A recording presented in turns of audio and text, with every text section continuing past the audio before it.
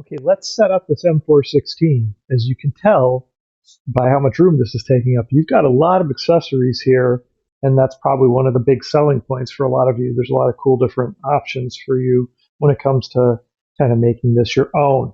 So let's talk first about the batteries. So right away you should charge your batteries.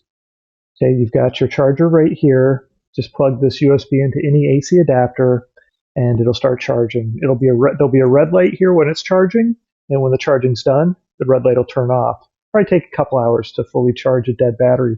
So get them both charged up and ready to go, and then you are partway there. The other thing I'd say to do right away is get some gel balls soaking, so they are going to be ready. You need to let your gel balls soak for 4 to 6 hours or overnight. I always just do it overnight. I mean, unless you're pressed for time, 4 to 6 hours is adequate. So what you want to make sure you do is you use a large enough container and you use enough water, okay? So you can't use too much water. You can always drain off any excess water if you need to, all right? So make sure you're using enough water, you're soaking them long enough, and that way they're going to work. Otherwise, they're just going to kind of dribble out of the gun, or they're going to jam the gun. They're going to cause a lot of problems. So it's best to use too much water and just strain that excess off so that you know they got to the right size, because they're only going to be able to grow to 7 to 8 millimeters regardless of how much water you use. So that's some good pointers there. So I've already had some that were pre-soaked and ready to go, and I put them in this little speed loader so that we can load up these magazines. So you've got your 2 magazines here. So that's great that they give you an extra one. So we'll set that over to the side for now. So you'll just be able to pop that open. That's how you're going to load it. It is easier to use a speed loader with one of these because of that.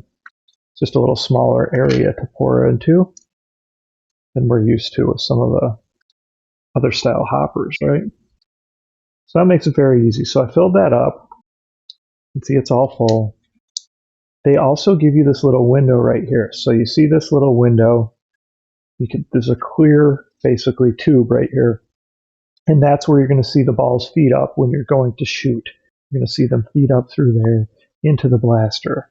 Okay, so right now, they're in this other part of the magazine. And once it starts basically calling for them, when you start shooting, it starts sucking them up. They're going to come up through there. So we've got that set. All right. Let's put the battery on, and then we'll put the stock on. So the way this one works, you're going to put the battery on first.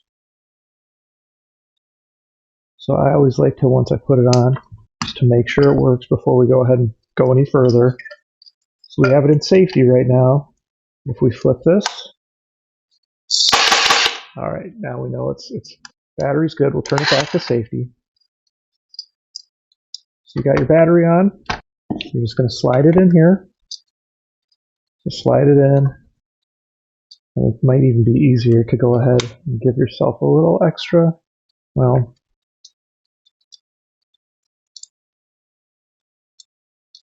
so it's always a trick with a lot of these. You know, the battery compartments are tight. This one's not too bad, but you're still going to have to be careful to kind of guide the wires in.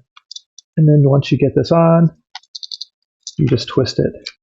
So there's 2 little slots. You'll see it becomes very obvious. You just twist it on. Good to go. All right, so we've got that set up. Might as well put the magazine on since we have it ready. The magazine just clips in like that. This is the magazine release. Make sure when you're playing, when you're done, that the magazine is empty. And you don't want any extra gel balls in there. They're going to dry out. They're going to, again, cause jamming issues. So make sure it's empty. And it's best just to disconnect it so it can dry out better, in my opinion. All right. So next, let's talk about some of the different accessories, right? So we got the scope you could go ahead and put on the top here if you want. Just adjust that as needed. You can just kind of slide it down here.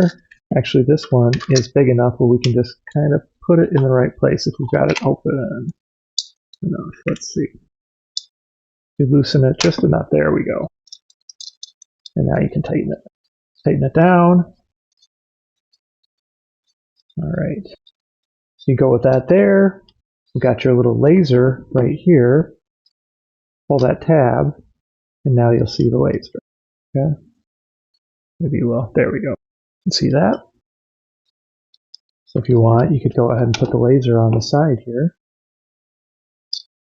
So it might slide on a little easier instead of the other way. Yep. You can kind of slide it on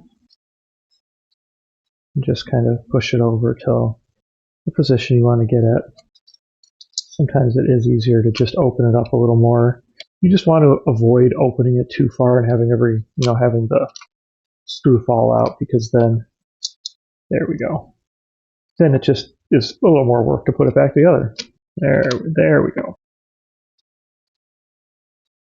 All right, so that's kind of cool to have the laser and the scope up there, if you ask me. Of course, probably doesn't make sense to put the sights on, but those would just slide on as well from this end. You're going to do that, right?